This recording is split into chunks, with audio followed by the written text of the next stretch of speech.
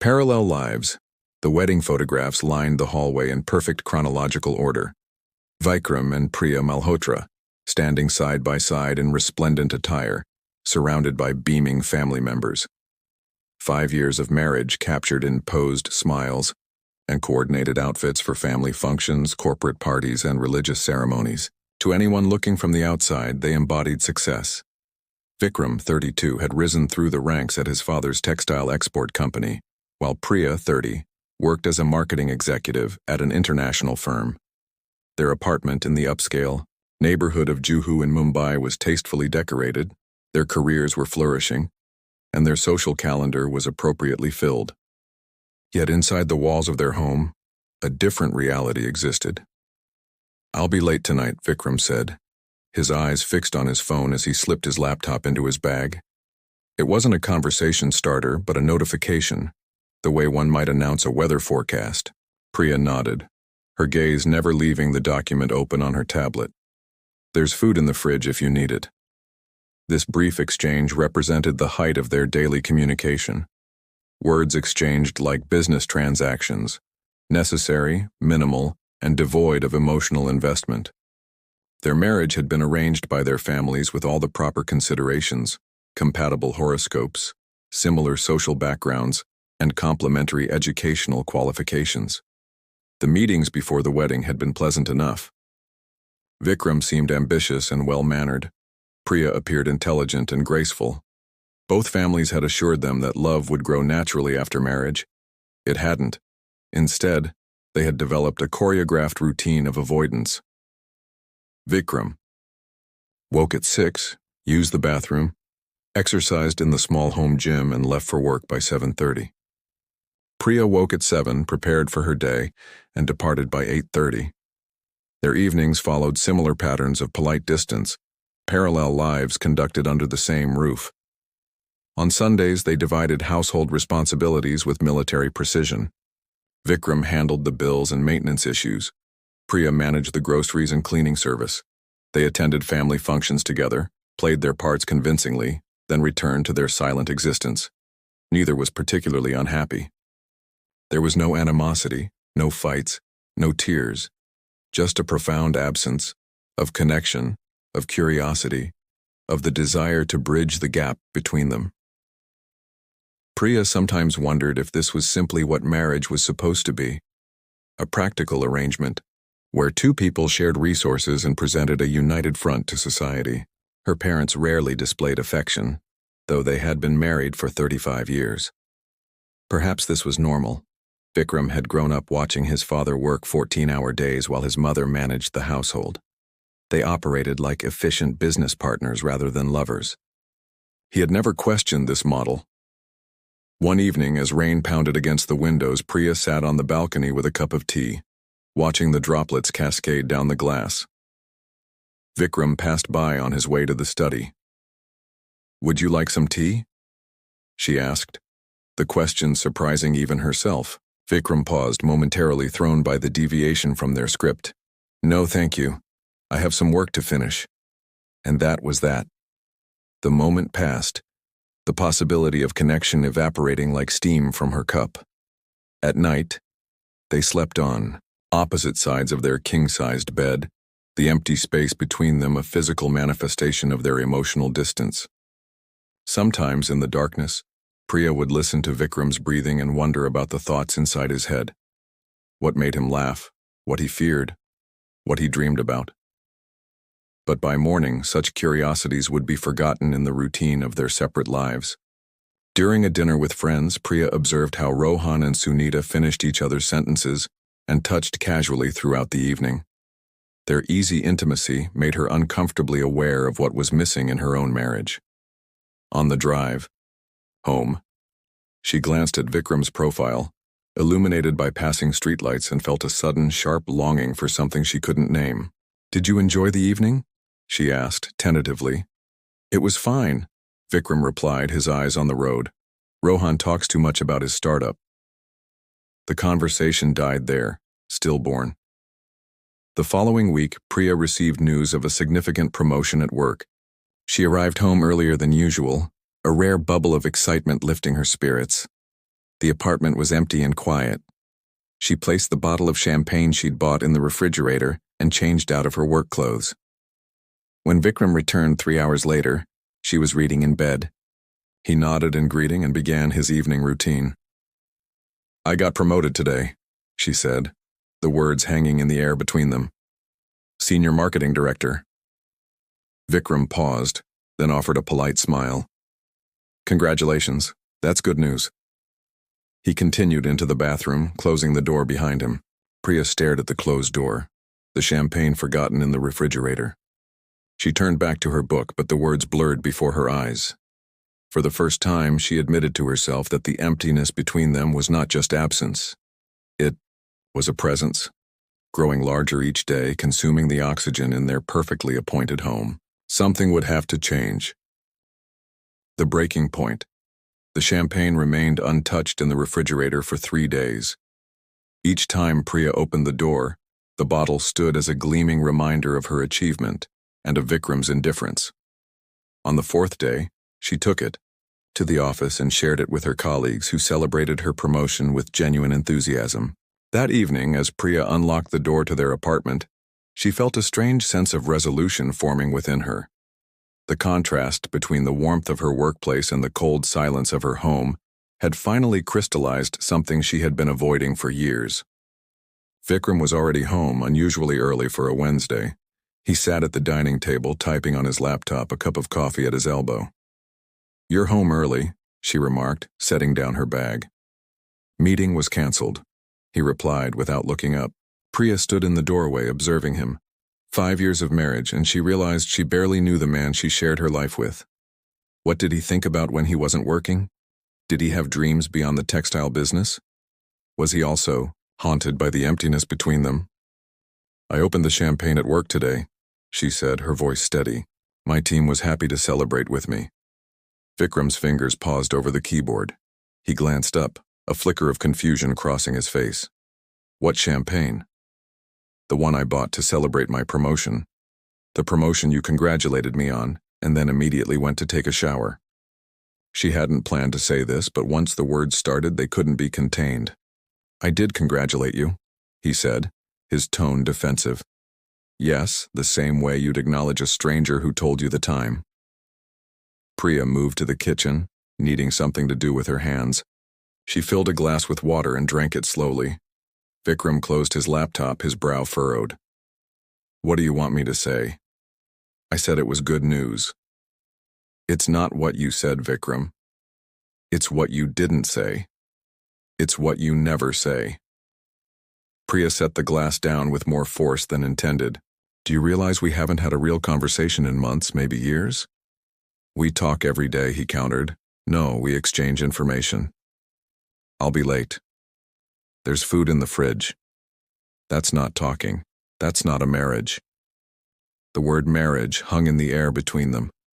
It was something they rarely referenced directly, as though acknowledging it might force them to examine what it had become. Vikram's expression hardened. "My parents have been married for 36 years, and they don't need constant emotional discussions to make it work." "And is that what you want? A marriage like your parents? 2 people who share a house but not a life?" Priya could feel years of unspoken thoughts pushing against her lips, demanding release. "It seems to work for them," Vikram said, but there was a note of uncertainty in his voice. "Does it? Or have they just forgotten there could be more?" Priya took a deep breath. "I don't want to wake up at 60 and realize I've spent my life living beside a stranger." Vikram stood abruptly, discomfort evident in every line of his body. "I have work to finish," he said, retreating to his familiar defense. "Of course you do," Priya replied, the fight suddenly draining out of her. "You always do." That night, Priya made a decision. She called her sister Anjali and asked if she could stay with her for a few days. She needed space to think, to breathe, to figure out if there was anything worth salvaging in her marriage. When she told Vikram she was leaving temporarily, he looked genuinely shocked, the first real emotion she'd seen from him in years. "Why?" he asked, standing in the doorway of their bedroom as she packed a small suitcase. Because I can't keep pretending this is enough, she answered simply. Can you honestly say you're happy with the way things are between us? Vikram didn't respond immediately. He looked around their immaculate bedroom as if seeing it for the first time. I never thought about it in terms of happiness, he finally said. It just is what it is. That's exactly the problem. Priya zipped her suitcase closed. I'm not asking for grand romance, Vikram. I'm asking for presence, for connection, for something more than polite coexistence. As she moved toward the door, Vikram's voice stopped her. How long will you be gone? I don't know, she answered truthfully. A few days. Maybe more. And then what? Priya turned to face him. Then we decide if we want to build something real together, or if we should stop pretending. The week at Anjali's small apartment in Bandra was both liberating and terrifying. Removed from the stifling routine of her marriage, Priya found herself questioning everything, not just her relationship with Vikram, but the expectations and assumptions that had led her to this point. Anjali, 5 years younger and unmarried, listened without judgment as Priya unraveled the complicated tangle of her feelings. I always thought you and Vikram were the perfect couple, Anjali admitted one evening as they sat on her balcony. You seemed so composed together. Priya laughed without humor. Composed is one word for it. Frozen might be more accurate. Have you spoken to him since you left? He texted to ask if I needed anything from the apartment. I said no. Priya sighed. Even his concern is practical. And what do you want from him? Anjali asked, her eyes gentle but probing. The question caught Priya off guard. What did she want? She had focused so long on what was missing that she hadn't clearly defined what she was seeking. I want, she began, then paused, searching for the right words. I want someone who sees me, really sees me, who cares about my thoughts, my dreams, my fears, who shares their own. I want a partner, not just a roommate. The realization clarified something for her. The problem wasn't just Vikram's emotional distance, it was that she had accepted it, adapted to it, and ultimately enabled it.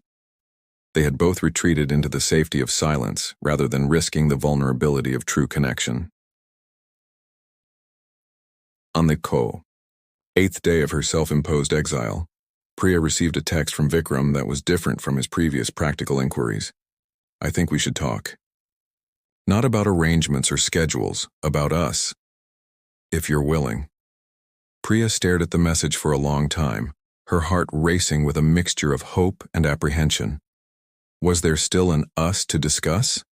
And if there was, did either of them know how to bridge the chasm that had formed between them? With trembling fingers, she typed her reply, tomorrow evening, p.m. I'll come home. The message felt significant, the first step toward either reconciliation or closure. Either way, the silence between them was finally about to be broken. Bridges. The apartment felt different when Priya returned. Not physically. Everything remained in its proper place, meticulously organized as always. But there was a palpable tension in the air, a sense of suspended animation, as if the space itself was holding its breath. Vikram had arrived before her. He stood awkwardly in the living room, dressed in casual clothes rather than his usual formal attire. The absence of his suit armor made him look younger, more vulnerable. I made tea, he said, gesturing toward the coffee table where a teapot and 2 cups waited. It was such a small thing, this preparation, but it represented more thoughtfulness than he had shown in months. Thank you, Priya replied, setting down her purse. She sat on the edge of the sofa, her posture rigid. Vikram took the chair opposite, leaving the expected distance between them. For a moment, neither spoke.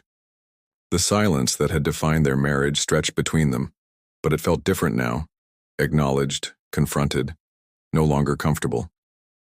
I've been thinking about what you said, Vikram finally began, his eyes fixed on his teacup. About us being strangers, about not knowing each other. Priya waited, giving him space to continue. At first I was angry. I thought you were being dramatic. He looked up, meeting her gaze directly.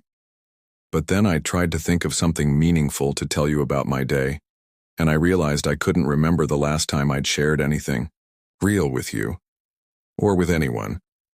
His admission hung in the air, surprisingly raw. What happened to us, Vikram? Priya asked softly. We weren't always this way, were we? Vikram considered the question. I don't think we ever really started. We moved in together, established routines, divided responsibilities. We became efficient. Efficient, Priya repeated, the word tasting bitter.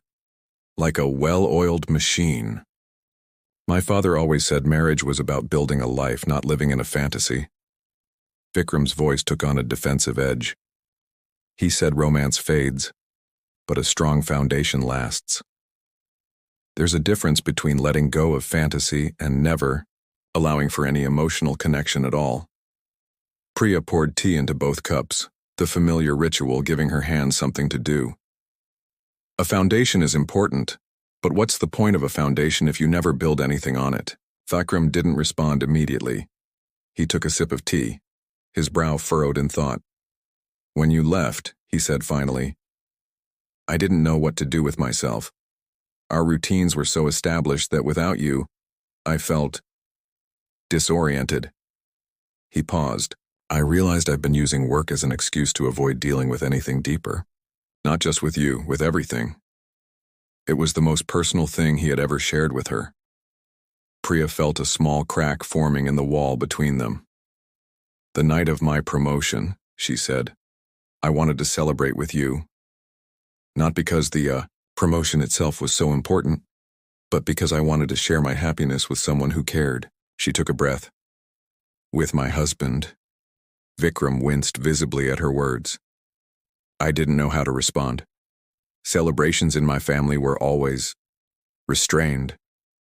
I'm not asking you to be someone you're not, Priya said. I'm just asking for some sign that you see me as more than a convenient presence in your home. You've never been just convenient, Vikram replied, the words coming out in a rush. You've been safe. Safe? I know how to be the person everyone expects, competent, reliable, controlled. I don't know how to be anything else. His confession held a note of frustration. When we got married, you seemed to want the same thing, a sensible partnership. You never asked for more. I didn't know how, Priya admitted. And after a while it seemed easier to adapt to the silence than to break it. They sat with this mutual recognition, the understanding that they had. Both contributed to the emptiness between them. So what now? Vikram asked, uncertainty in his voice. Priya considered the question. Despite everything, she wasn't ready to walk away. There was something about Vikram's halting vulnerability that stirred a forgotten hope within her. I think we start small, she said. We try to actually see each other, learn who we are now, not who we thought we were supposed to be. Over the next few weeks, they established new rituals, small bridges across the chasm of their marriage. Each evening they would share one meaningful thing from their day, not schedules or practical matters, but moments that had affected them personally. At first, these exchanges were awkward, forced. Vikram especially struggled to identify emotions, beyond frustration or satisfaction with work outcomes. One evening, about 3 weeks after their conversation, Vikram mentioned visiting a bookstore during his lunch break. I saw a book about hiking trails in the Western Ghats, he said, his tone casual but his eyes watchful. I remembered you mentioning once that you used to hike with your father. Priya looked up in surprise.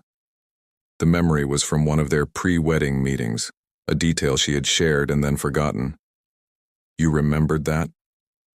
A hint of color touched Vikram's cheeks. I remember more than you might think, I just never knew what to do with the information. The following Saturday, Priya suggested they visit the local farmer's market, something neither of them had ever done. As they wandered among stalls of fresh produce, handmade crafts, and street food, Vikram seemed to relax. Away from the pressures of work and the confines of their apartment, he moved differently, spoke more freely. They bought vegetables neither knew how to cook and spent the afternoon in the kitchen together, laughing at their culinary disasters. When Vikram accidentally splashed sauce on his shirt and cursed under his breath, Priya found herself staring at him in wonder. "What?" he asked, noticing her gaze. "I don't think I've ever heard you swear before," she said with a small smile. "It's humanizing." These small moments accumulated gradually, tiny connections forming a tenuous web between them. They were careful with each other, sometimes reverting to old patterns of distance when work pressures mounted or family obligations intervened. But there was a new awareness between them, a conscious effort to return to presence when silence threatened to reclaim its territory. One night, as they sat on their balcony sharing a bottle of wine, another new ritual, Vikram asked a question that surprised her. "Are you happy, Priya? With your work, I mean." She considered the question seriously. "Parts of it. I like the creative aspects, the strategy. But sometimes I feel like I'm just helping corporations sell things people don't need." She took a sip of wine. "What about you? Has the family business been what you wanted?" Vikram was quiet for so long that she thought he might not answer. "It was never about what I wanted," he finally said. "It was expected. My father, his father before him. There was never a question. But if there had been a question, if you could have chosen?" He looked out at the city lights, his profile pensive. "I used to be interested in architecture, the way spaces affect people's lives, their moods, their interactions." He gave a self-conscious laugh. "It sounds foolish now." "It doesn't sound foolish at all," Priya said softly, seeing glimpses of a man she had never known existed beneath the polished exterior of her husband. Later that night, as they prepared for bed, still on opposite sides, but the distance no longer feeling quite so vast, Priya realized something had shifted within her. The anger and resignation that had driven her to leave temporarily had transformed into something more complex. Curiosity about the person Vikram might become if given the space to emerge from behind his carefully constructed facade. She wasn't naive enough to believe their problems were solved. The habits of disconnection were deeply ingrained, and they still struggled to communicate when tensions rose. But for the first time in years, there was movement where there had been stagnation, possibility where there had been resignation. As she drifted toward sleep, Priya heard Vikram's voice in the darkness. "Thank you," he said simply. "For what?" "For not giving up. For being brave enough to demand more than silence."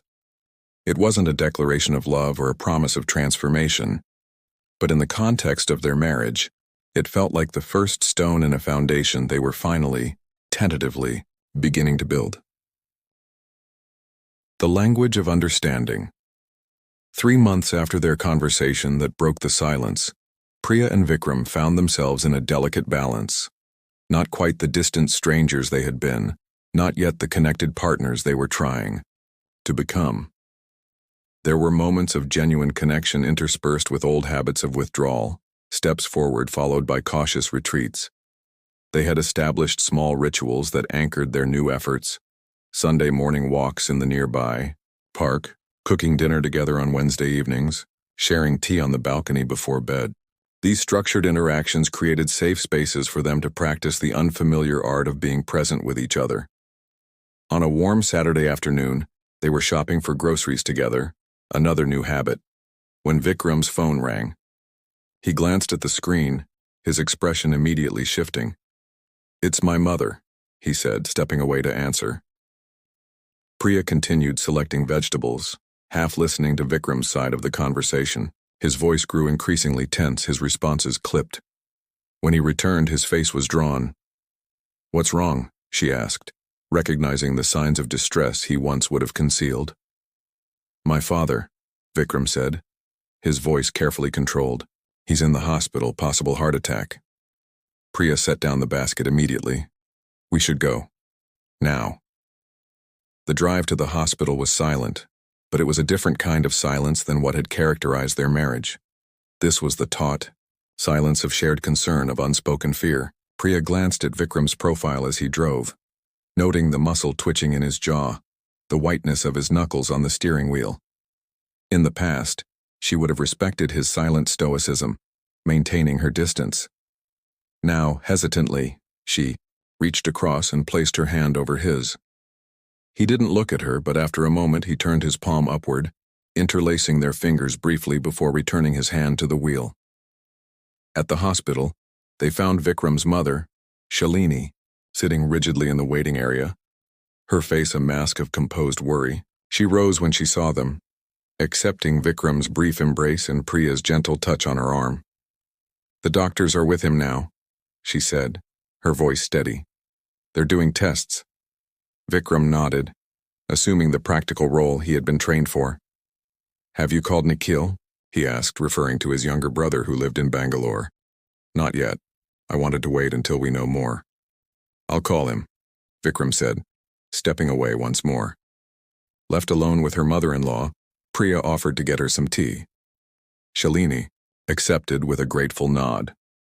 As Priya walked to the hospital cafeteria, she reflected on her relationship with Vikram's parents. They had always been polite but distant, much like her relationship with their son. She had never seen beneath Shalini's composed exterior, just as she had never truly seen beneath Vikram's. When she returned with the tea, she found Shalini staring at the floor, her hands twisting a handkerchief in her lap, a small crack in her perfect composure. "He's never been sick," Shalini said quietly as Priya sat beside her. "Not in 40 years of marriage." Priya handed her the tea. "He's getting the best care," she said, the words feeling inadequate. Shalini took a sip, then looked at Priya directly. "He works too hard, always has. I've told him for years to slow down, but—" She trailed off, shaking her head. The admission surprised Priya. In all their family gatherings, she had never heard Shalini express anything resembling criticism of her husband. "Vikram is the same," Priya said carefully. "Work always comes first. He learned from his father." Shalini's voice held a note of resignation. Men in their family believe providing is the same as loving. She glanced toward the corridor where Vikram had disappeared. "It's not the same." The simple truth of this statement struck Priya deeply. Before she could respond, Vikram returned, his face grave. "Nikhil is catching the next flight," he reported. "Any news?" As if in answer, a doctor approached them, introducing himself as Dr. Kapoor. Rajiv Malhotra had indeed suffered a heart attack, but they had intervened in time. He was stable, though he would need surgery and significant lifestyle changes moving forward. "Can we see him?" Shalini asked, her composure firmly back in place. "Briefly," the doctor replied. "He needs rest." Vikram's father lay in the hospital bed looking diminished, his usual commanding presence reduced by hospital gown and monitoring equipment. He attempted a smile when they entered, waving away their concern with a weak gesture. "Just a warning sign," he said, his voice rougher than usual. "I'll be back at the office next week." "You most certainly will not," Shalini replied, her tone brooking no argument. "The doctor says you need complete rest for at least a month, followed by a gradual return." Rajiv frowned. "The business will survive without you for a few weeks," Vikram interrupted, surprising both his parents and Priya with his firmness. "I can handle the immediate concerns." His father studied him for a moment, then gave a small nod of acquiescence. Later that evening, as Vikram and Priya prepared to leave, Shalini having insisted on staying overnight, they found themselves alone in the hospital corridor. "You should go home and rest," Vikram said. "I'll come back in the morning with some things for my mother." "I'll come with you," Priya replied. "Unless you'd rather be alone?" Vikram looked at her, fatigue evident in the lines of his face. "No," he said quietly. "I wouldn't rather be alone." At home, Priya made a simple dinner while Vikram packed an overnight bag for his mother. They ate in silence, but Vikram barely touched his food, his mind clearly elsewhere. "He's going to be okay," Priya said gently. The doctor was very positive. "This time," Vikram replied, pushing his plate away. "But he won't change." He'll go right back to 14-hour days and working weekends as soon as they let him. There was frustration in his voice that Priya had never heard before, not just concern for his father's health, but something deeper. Your mother said something interesting while you were calling Nikhil, she ventured. She said men in your family believe providing is the same as loving. Vikram looked up sharply. My mother said that? Priya nodded. She seemed resigned to it. Vikram was quiet for a long moment. My earliest memories are of waiting for my father to come home, he finally said. Always waiting. He'd promised to be there for dinner, for school events, for birthdays. Usually, he wasn't.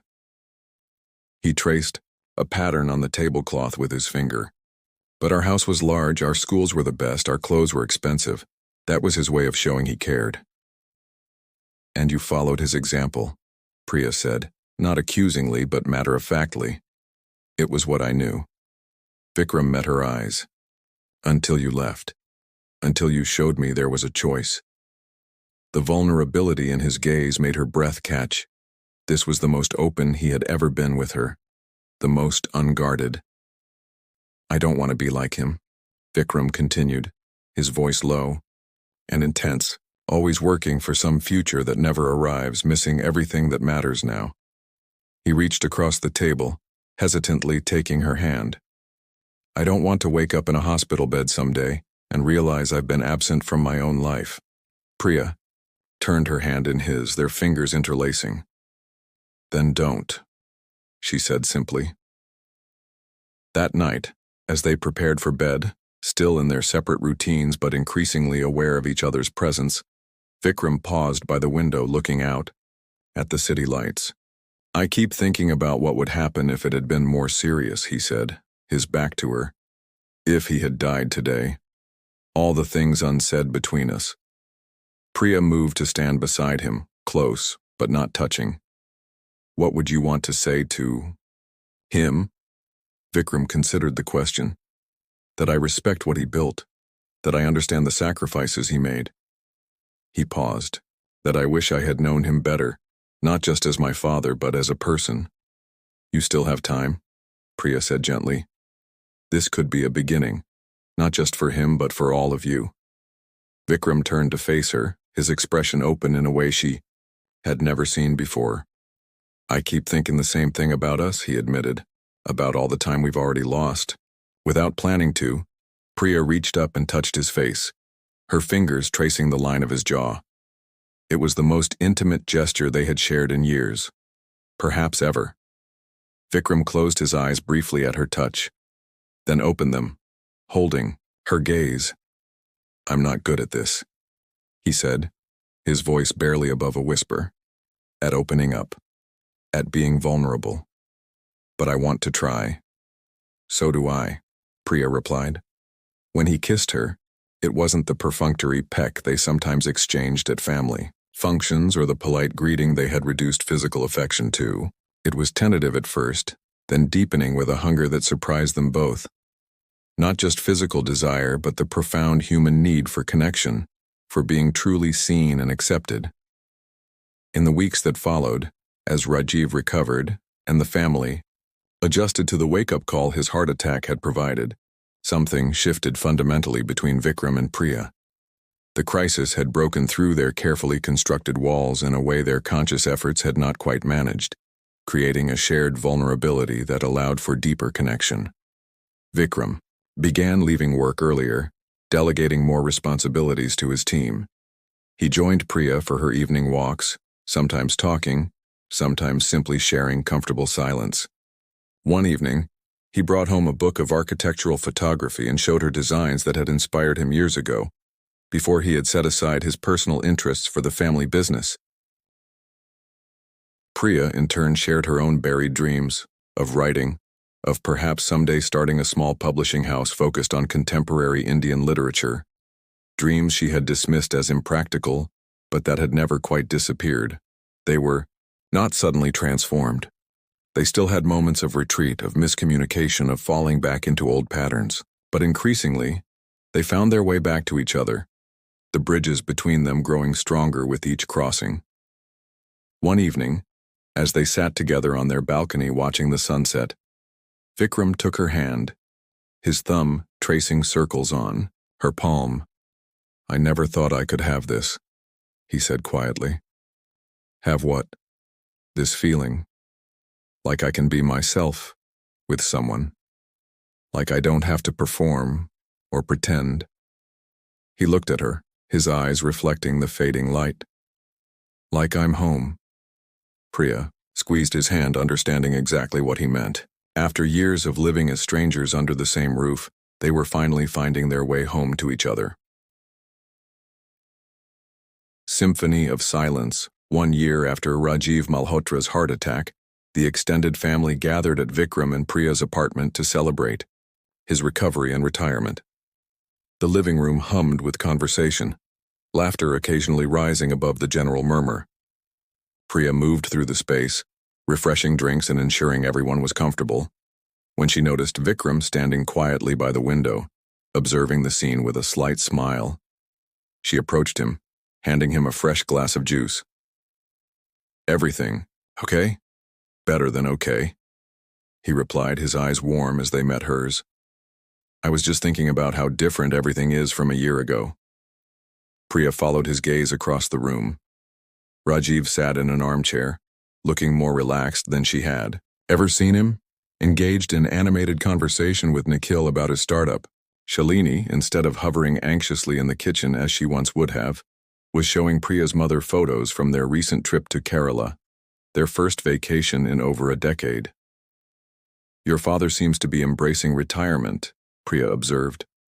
Reluctantly, Vikram chuckled. "But yes, mother says he's taken up gardening. Can you imagine?" The image of her stern father-in-law tenderly caring for plants brought a smile to Priya's face. "People can surprise you." "Yes," Vikram said softly, his eyes holding hers. "They certainly can." Later that evening, after the guests had departed, and they were cleaning up together, another new habit that had replaced their old division of labor, Nikhil called.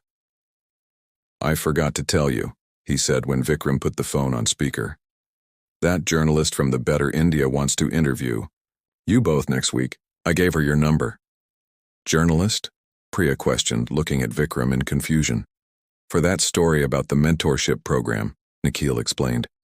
"The one you started for women entrepreneurs from rural backgrounds. It's getting a lot of attention." After ending the call, Priya raised an eyebrow at Vikram. "You didn't tell me about any journalist." Vikram looked slightly embarrassed.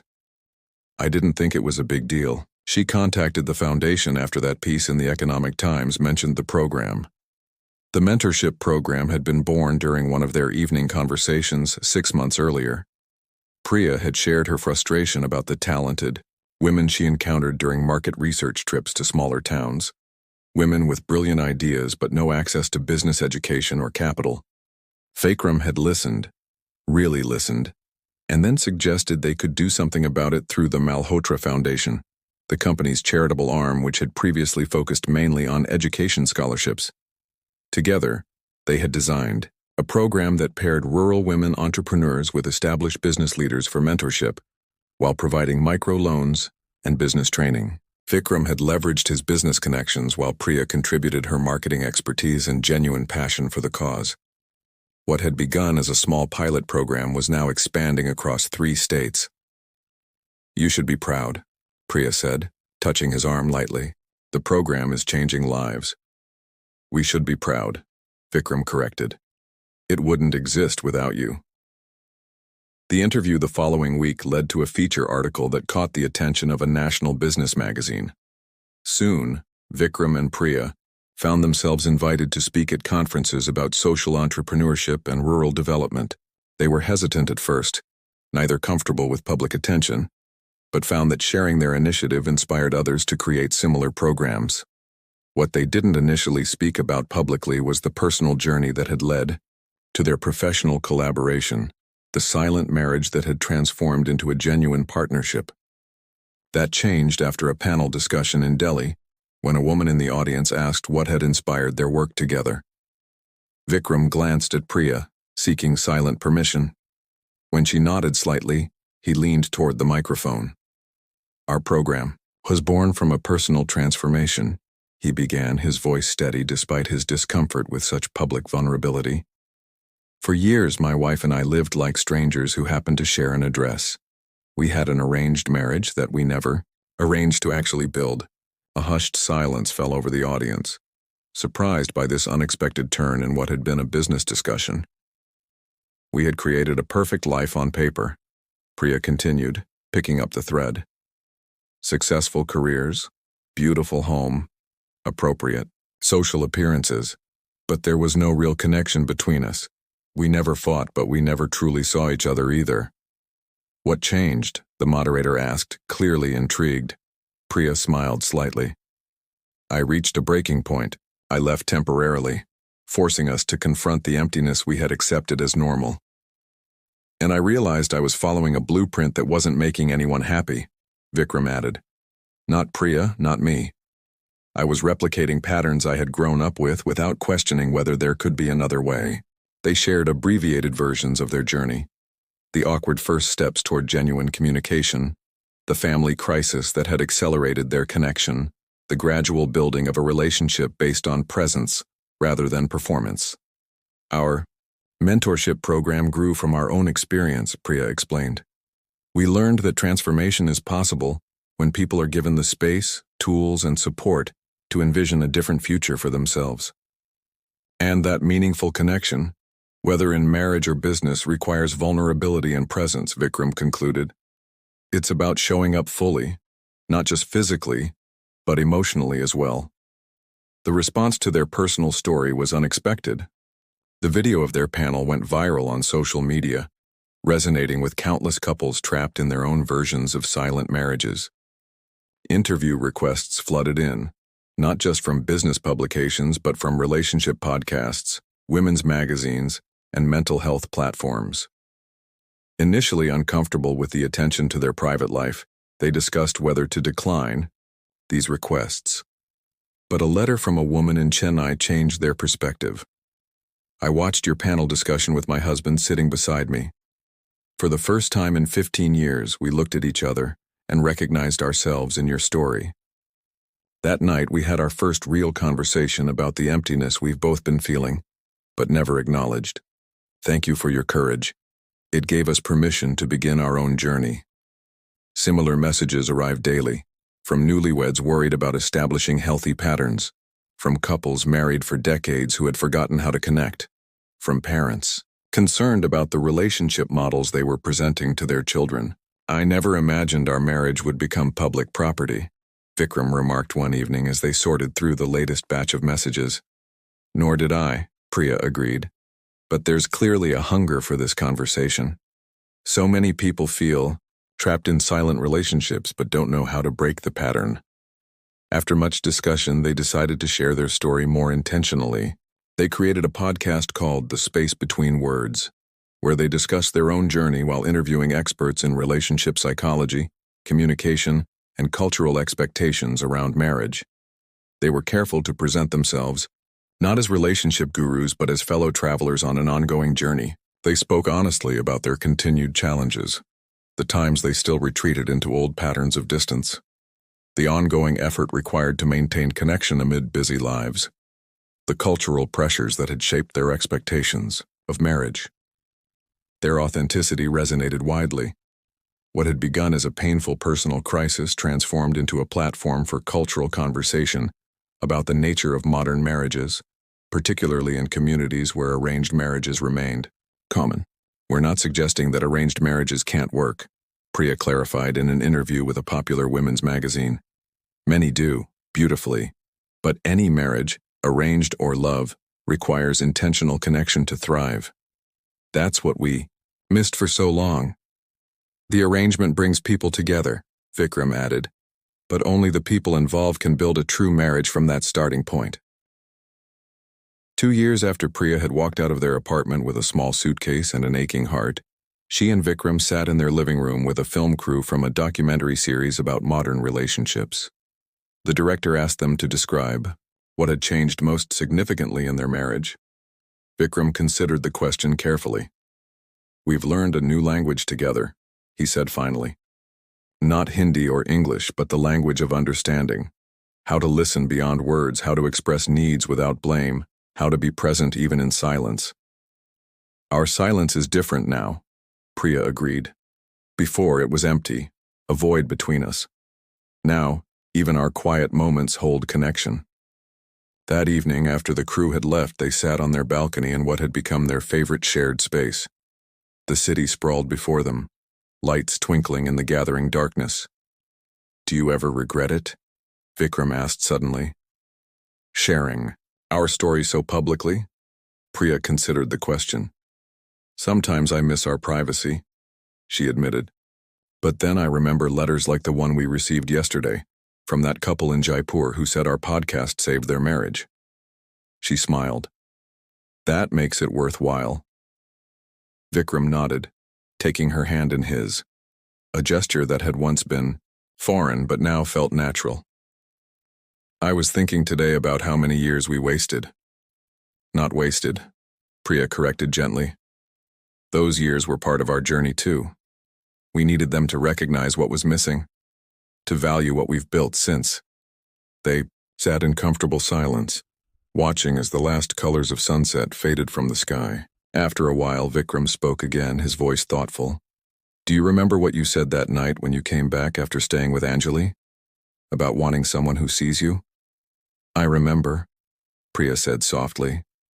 "I see you now," Vikram said, turning to face her fully. "Not just your accomplishments or your role as my wife, but you, your passion, your kindness, your strength, your dreams and fears, and the way you laugh when something genuinely amuses you." His voice grew husky with emotion. "And I love what I see." Priya felt tears welling in her eyes. For years she had longed to hear words like these, to feel truly seen by the man she had married. Now that it was happening, the reality was more powerful than she had imagined. "I see you too," she whispered, reaching up to touch his face, the man behind the perfect exterior, the one who cares deeply but was taught to hide it, the one who's brave enough to change, to grow, to be vulnerable. They remained there as darkness fell completely, the city lights below mirroring the stars emerging above. Their silence was no longer an absence but a presence, rich with understanding, with connection, with the thousand small ways they had learned to communicate beyond words. Their story had touched millions, not because it was extraordinary, but because it was so common.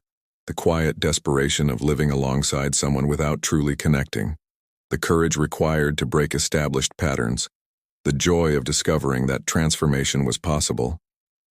What had begun as an arranged marriage of strangers had become a chosen partnership of companions. The space between them, once vast and empty, now hummed with life, with shared dreams, mutual understanding, and the quiet harmony of two people who had finally found their way home to each other. In their podcast the following week, a listener asked what advice they would give to couples trapped in their own silent marriages. "Start small," Priya advised. "One real conversation, one moment of genuine presence. Change doesn't have to be dramatic to be meaningful. And remember that it's never too late," Vikram added. "The patterns of years can be broken with a single brave step. The question isn't whether transformation is possible. It's whether you're willing to risk the comfortable familiarity of silence for the uncertain promise of connection." As they finished recording, Vikram reached for Priya's hand across the table. No words were needed, their eyes met in perfect understanding, their fingers interlaced with familiar warmth. They had learned, through years of emptiness and months of careful bridge building, that some silences could speak volumes. It wasn't the love story they had expected. It was better. Hard-won, consciously chosen, built on the foundation of who they truly were rather than who they had pretended to be. A symphony composed of all they had experienced: the long silence, the painful awakening, the tentative connection, and finally, the harmonious understanding that continued to deepen with each passing day.